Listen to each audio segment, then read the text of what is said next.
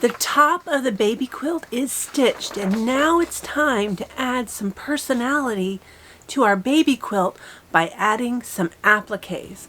I'm going to show you how easy it is to take this coloring book picture and make it as a cute applique on a baby quilt. So come along.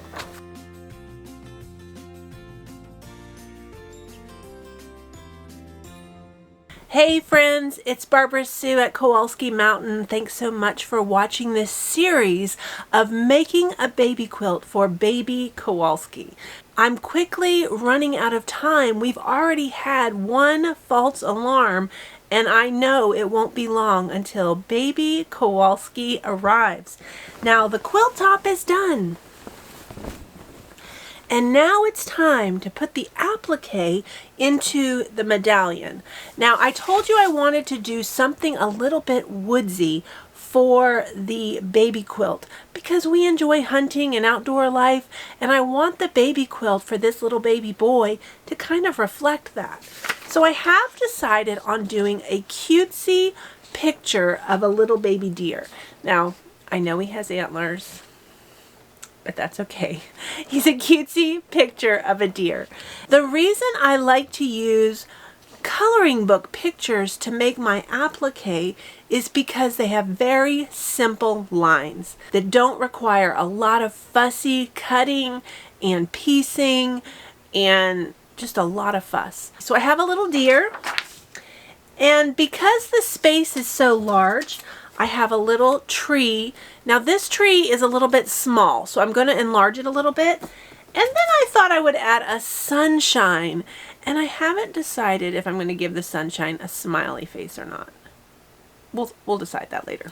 For this type of applique, I'm going to use what I've always called Wonder Under, and this is actually Heat and Bond, and I purchased the Ultra Hold version of the Heat and Bond. Now there's lots of different ways to do applique, and I'm going to be honest, this isn't my favorite method, but it's the method I always use on my baby quilts because it ensures that the appliques are securely fastened.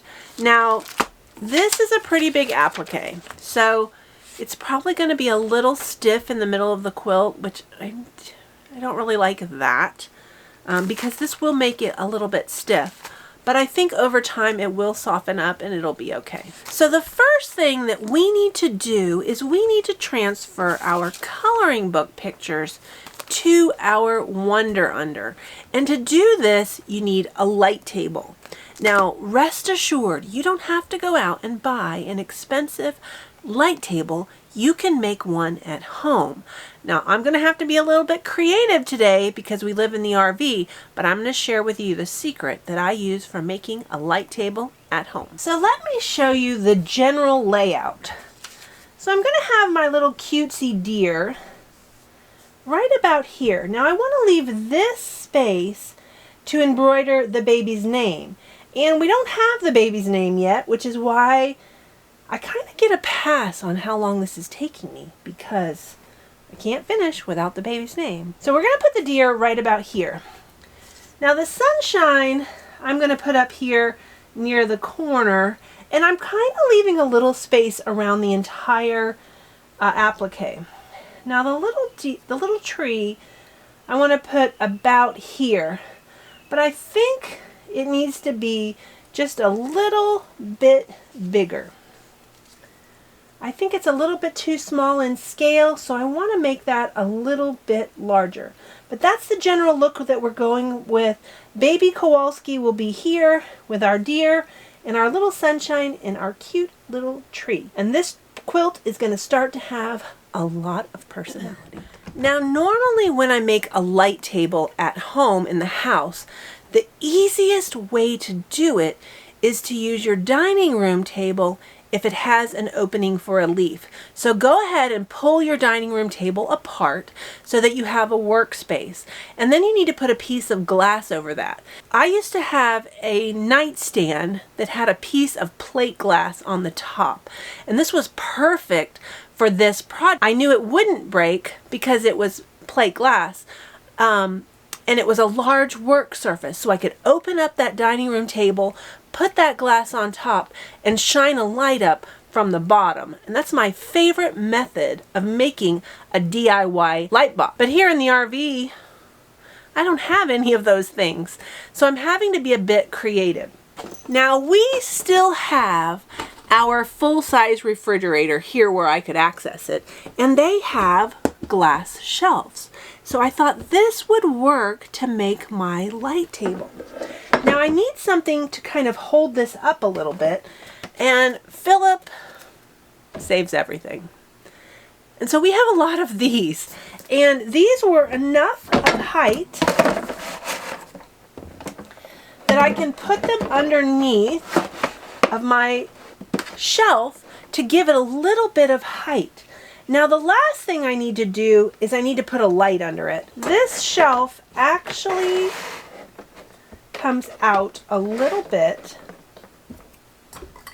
and I have a lamp here that I think this will work. Now I haven't tried it yet, so let's see if it's going to work.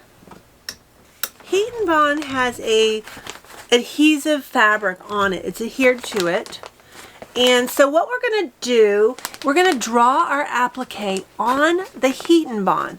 And we need to do it in reverse so that when we flip it over, because we're going to iron this to the wrong side of the fabric, so when we flip it over, it'll be back into its right direction. So let's just see if we can see through this. This is the test. I think it's going to be fine. I definitely think I'm going to be able to see through it. Now we want to put the reverse of the applique underneath the Heat and Bond. Now this lamp is a little bit hot. I hope it's not melting my Heat and Bond.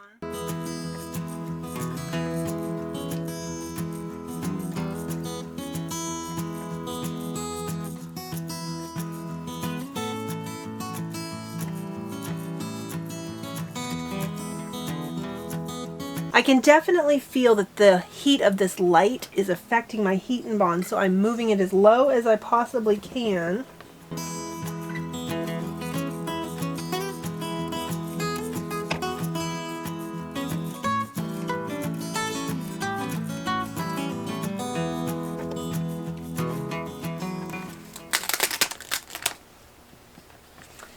Now the first image, all I did was the deer.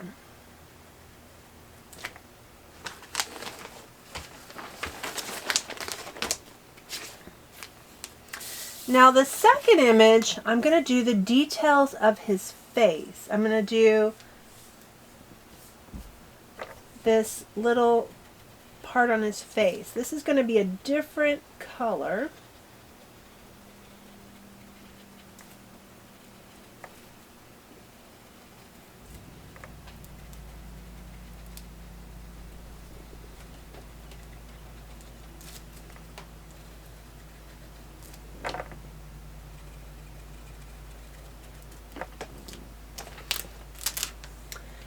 And then I'm going to do his eyes.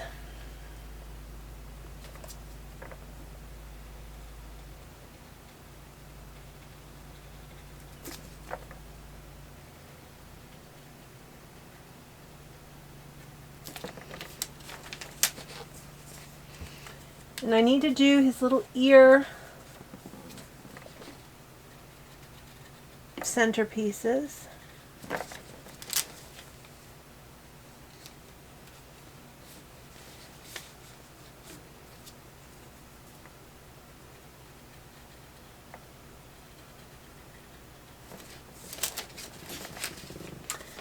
And I need to do his antlers.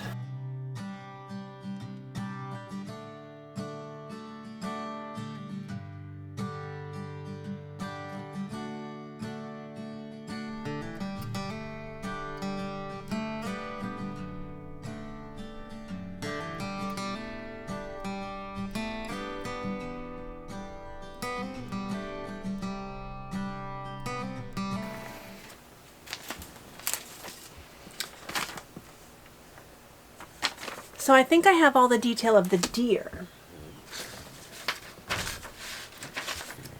Now I need to do the sunshine, so I'm going to do the exact same thing.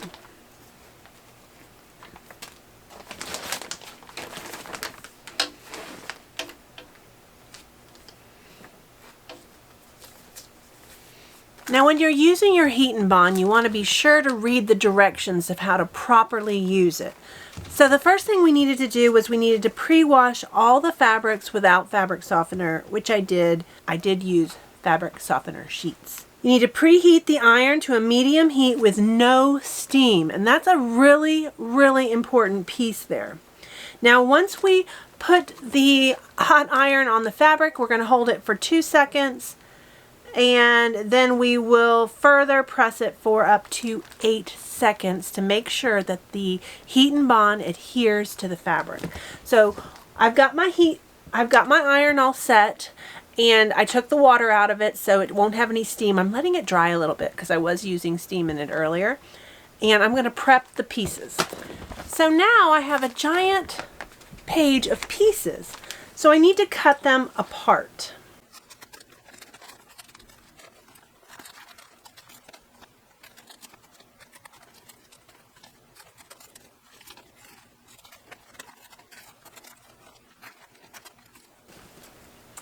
So now that the pieces are all, the fabric is ironed, the pieces of heat and bond are all cut out, we're going to adhere it to the fabric. We're going to adhere it to the wrong side of the fabric. Now I bought this fabric for the sun because I like this coloring. It's a little bit unique. It's not just a flat color, it's got some character, but unfortunately that means I'm going to have to cut right in the middle of the fabric, which I bought it for this reason, so I'm going to cut it that way. I am going to stick to this piece. I'm not going to go over here. Let's be a little bit conservative. So this fabric is actually really hard to tell which side is which. I'm gonna guess. And I have my picture with my heat and bond cut out, and the heat and bond is on the back. So I'm gonna place that where I want it to be on the fabric, and then I'm gonna press it.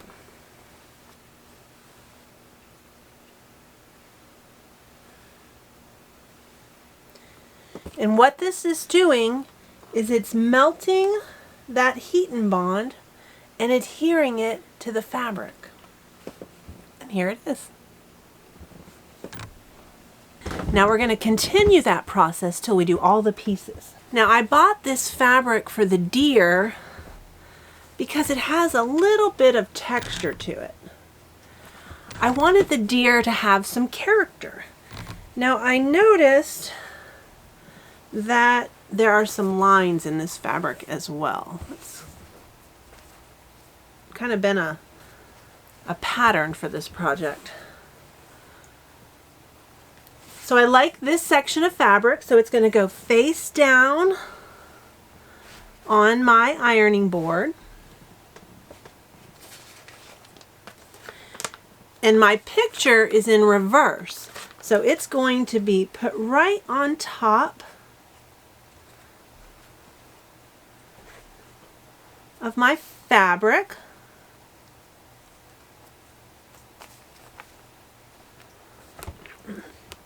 And we're going to adhere that down.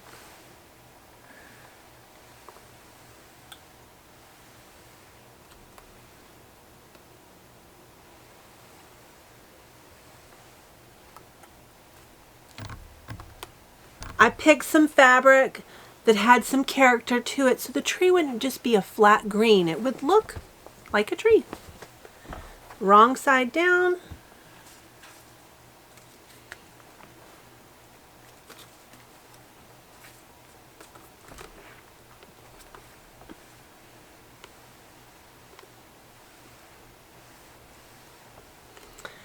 Now I've always referred to using adhesive bonding for applique as cheating. but honestly it's the method I use the most. There's a lot of other methods of applique that I actually like better, but I usually use this one. It's easy. I raided my mother-in-law Joy Murphy's fabric stash to get some of my colors, so I didn't have to buy so many little pieces of fabric, so I really appreciate that.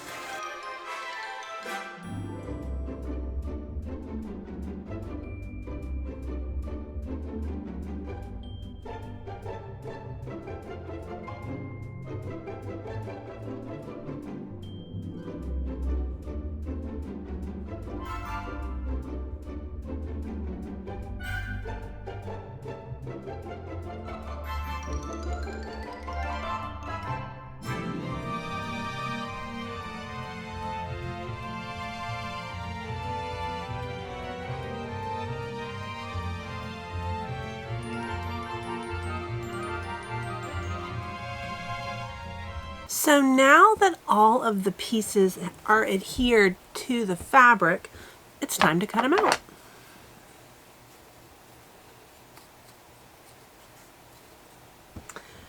Now, of course, my tracing needed to be accurate, but my cutting needs to be very accurate because this is what it's going to be.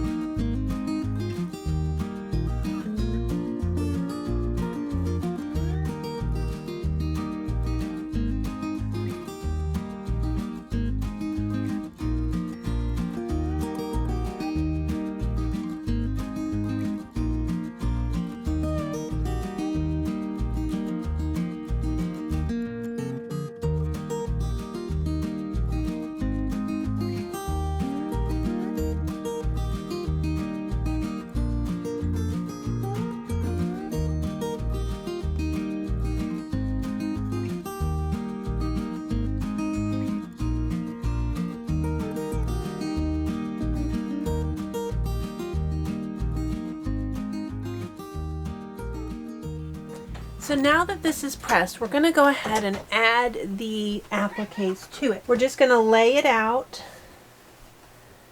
and decide how it's going to be placed. The paper is still on the back, so it's not going to adhere yet.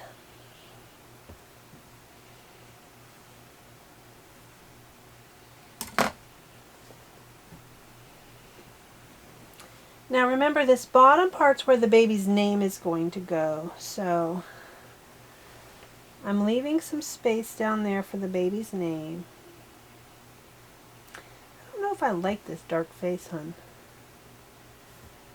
You want to come see this?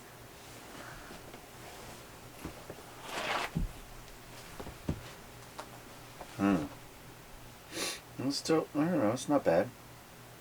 It's the eyes that are very big that make it. That's exactly the way it was. I getcha. That's closer to what it should be. Down. No, I mean, that's color-wise. Such a dark face. I like it. All right, I think I have the general placement done. So now I need to go back and peel off the paper of the adhesive layer. So I'm just going to kind of move all my little fussy pieces here and start with the deer.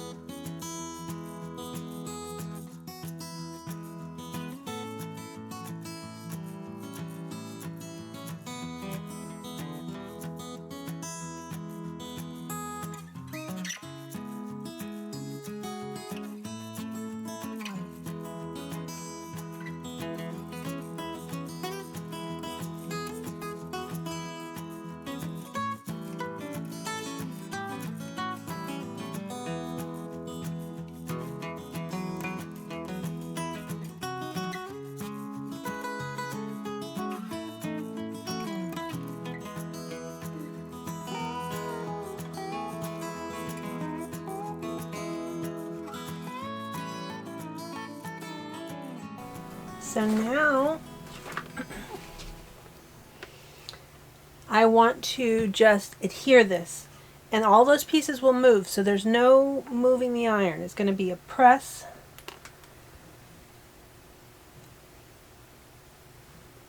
and lift. And once everything is secured, then I know it's not going to be moving around. Then I can move my iron by sliding it. So now we need to give it the 8 seconds to adhere.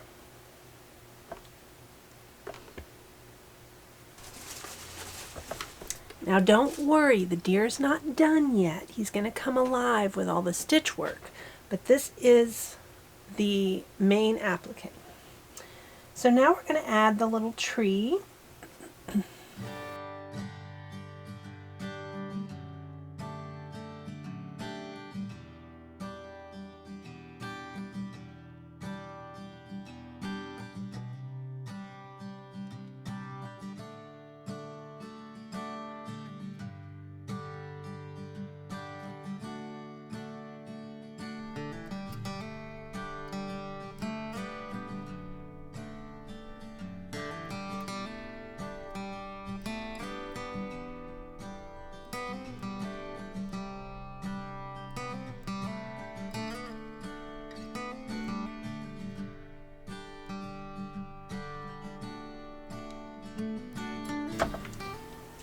All right, here she is.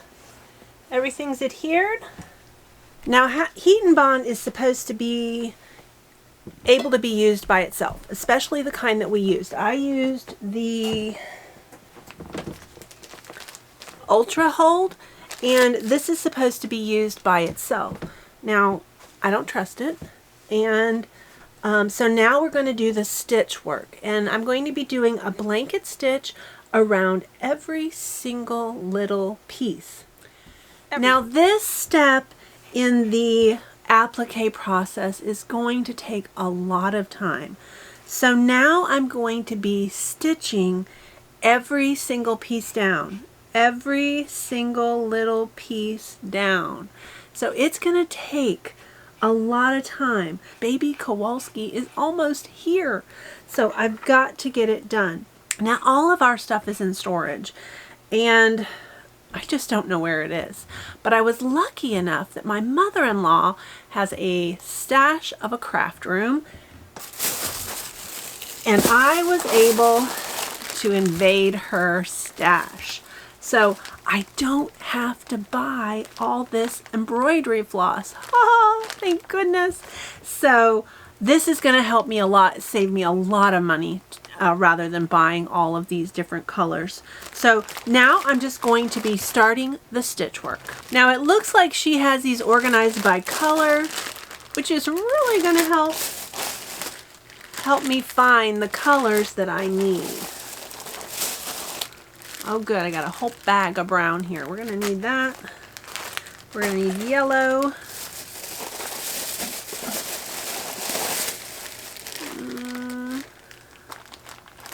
Might find a green in there.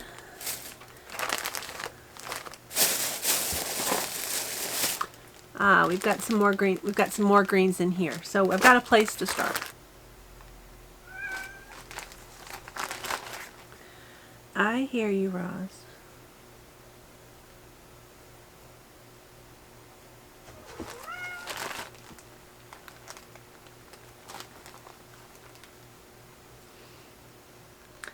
Now I've selected my first color. Now embroidery floss comes with 6 strands. Now what I'm going to do is I'm going to separate those into 2 3-strand pieces. And I'm going to do my stitch work with 3 strands.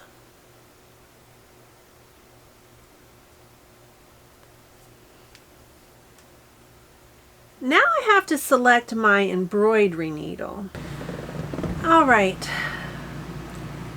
this needle that I was going to use has a pretty big head.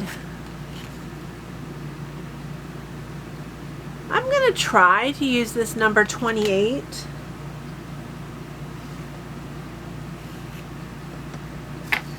But I'm not sure that the thread will fit in it. Now, I'm getting a little older.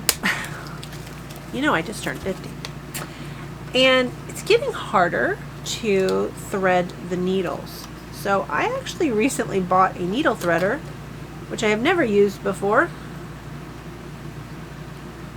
But let's see if I can thread this needle and use it. So the needle threader, you just put the little metal through there.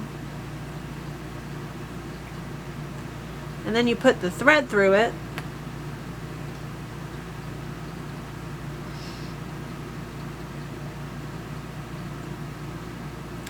And then you just pull it through.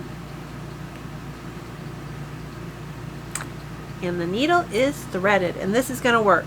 That thread fits in that needle just fine. It's not going to leave a big hole in my fabric, which is what I want. Now I am still doubling my fabric, or my threads. So it is still going to be a 6-strand thread that's around my stitch work. But it's not 12 strand. So there we go. I've got a little knot in my needle. Now some of my tools that I use when I'm doing applique. You need to use a thimble. Now if you've never used a thimble, you probably aren't going to like it. Now it is on my middle finger, and the reason is because I'm going to be handling my needle with my thumb and my forefinger, and I'm going to use my middle finger to push the needle through the thread. Now doing this kind of stitch work, you have to use a thimble. You're going to have bloody fingers otherwise. Now they do make thimbles that fit over your fingernails, and I have one. I do have one somewhere, but I can't find it, so I was going to show it to you. But it's open on the end, so there's room for your fingernail to come through. I've used them for years. They work. They're a little different, but it definitely works if you have long nails. And then I also use a needle puller. Now this is just a little piece of rubber fabric, I'm going to call it. And it allows you to grip your needle, and it comes in handy. So we're also going to use an embroidery hoop, and my favorite embroidery hoop is in storage, so I'm going to be using this kind. These are relatively cheap at the fabric store. They're not my favorite kind, but they're definitely going to do the job, and I'm so thankful that Joy had one and I didn't have to replace it. So now you're going to put the bottom of your embroidery hoop underneath your project, and you want to line it up under your picture. And then you fit the top right on over it. Now I was going to see if I could get this deer in here completely so I don't have to crease his little antlers. There we go. And then we just tighten the screw, and that's going to keep our fabric taut so that we can stitch. And there it is. So now we're going to start our stitching. Now I do what's called a blanket stitch, and I'm just going to start right here at the corner of my deer's face. And I'm going to come up right outside of the edge of the fabric. Now my knot got caught on the back.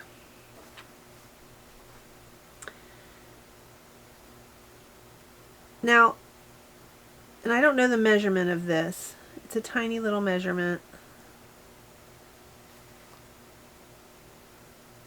Maybe 1/8 of an inch.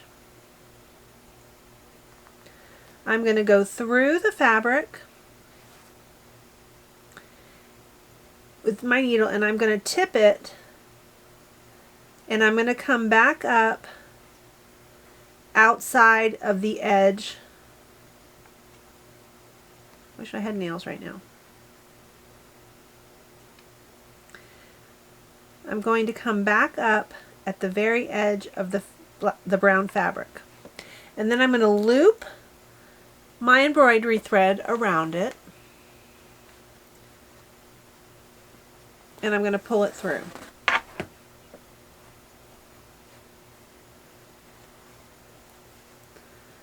Now you notice how that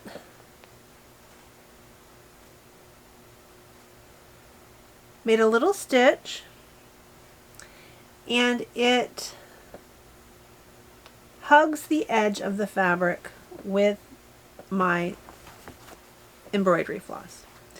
Now we just repeat that a million times.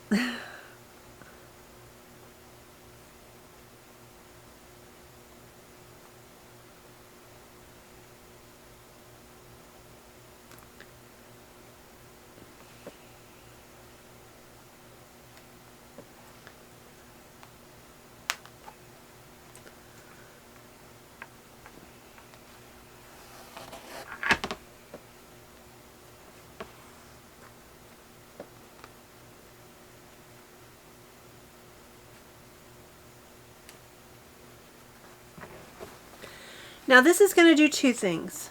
It's going to make sure that this little applique doesn't come off this quilt. It's also going to give it some character and a little bit of definition.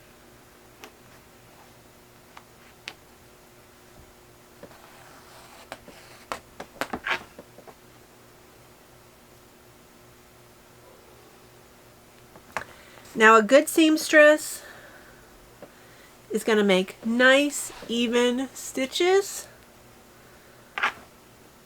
And mine are going to be as even as I can make them.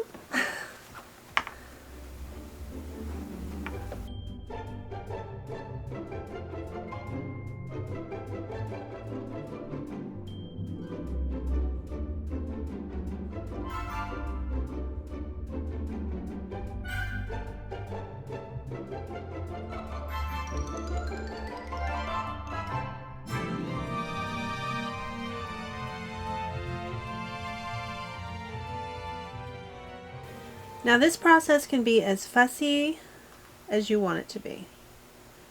Like I can add as much artistic character to this as I want to. Now I've reached the bottom of the leg. So I definitely am going to go back through the fabric to pull that end through. Now the little hoof is going to be done in black, so that's going to be another thread. Now because the deer is dark colored, I can go ahead and go right across with my thread and come up on the other side.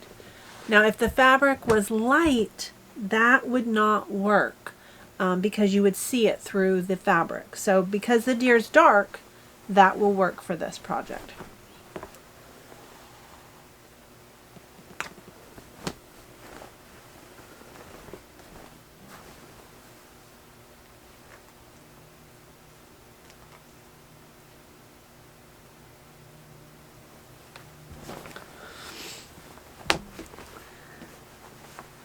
Now I'm trying to keep the back of my quilt rolled up. Of course my hands are washed. Of course my table is washed. But I don't want to get anything wrong, dirty on my quilt.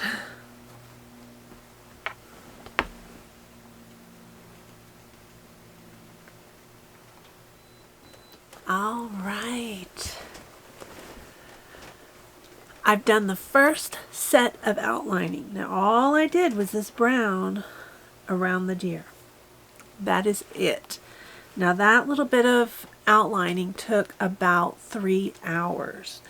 And so you can see how time consuming this step in the process is.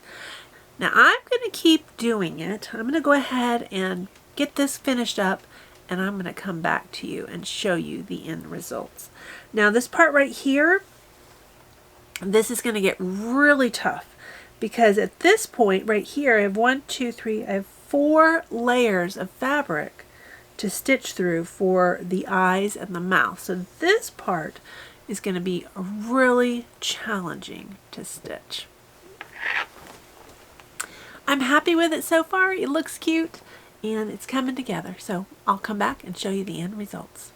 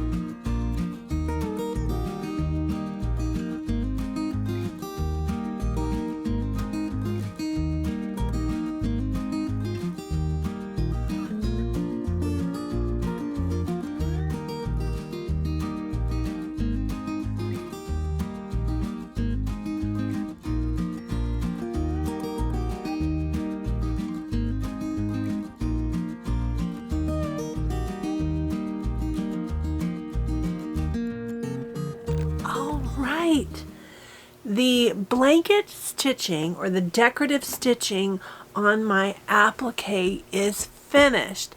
Now it took me 10.5 hours of hand stitching for just this little bit of quilting. So let's take a closer look at it.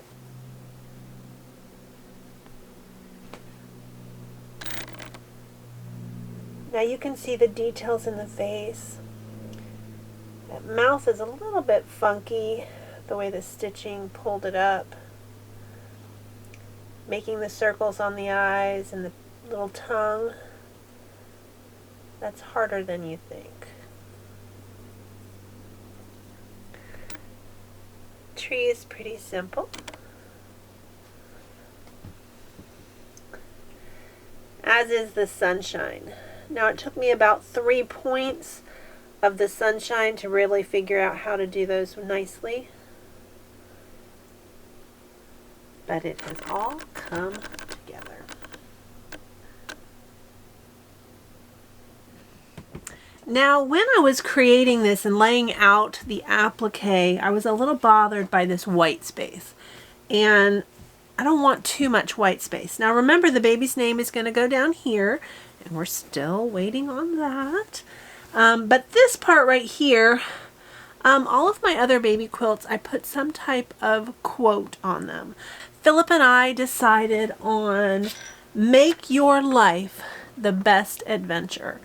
And I printed this out, and now I need to outline it on my quilt.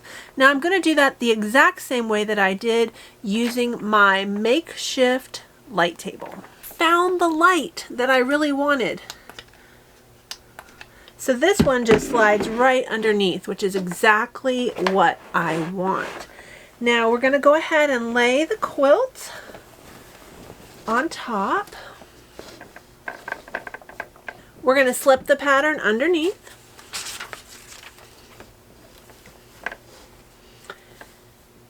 And we want to get that exactly the way we want it. Now that light isn't quite as bright as I'd really like it to be. Now I'm just trying to make sure this is straight. So I have one of these small rulers. So this has got a straight edge. So that's going to tell me when I line it up against my border if my words are straight. I think we're straight, hopefully. And now I'm just going to trace it out just the same way I did the other.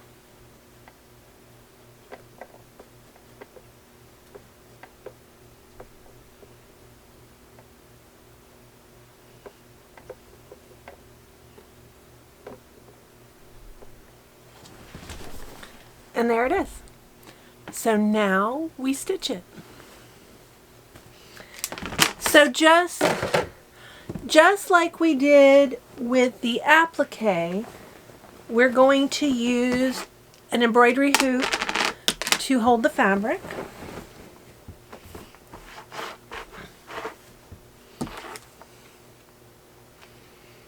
Now with the quote, I'm going to use all 6 threads.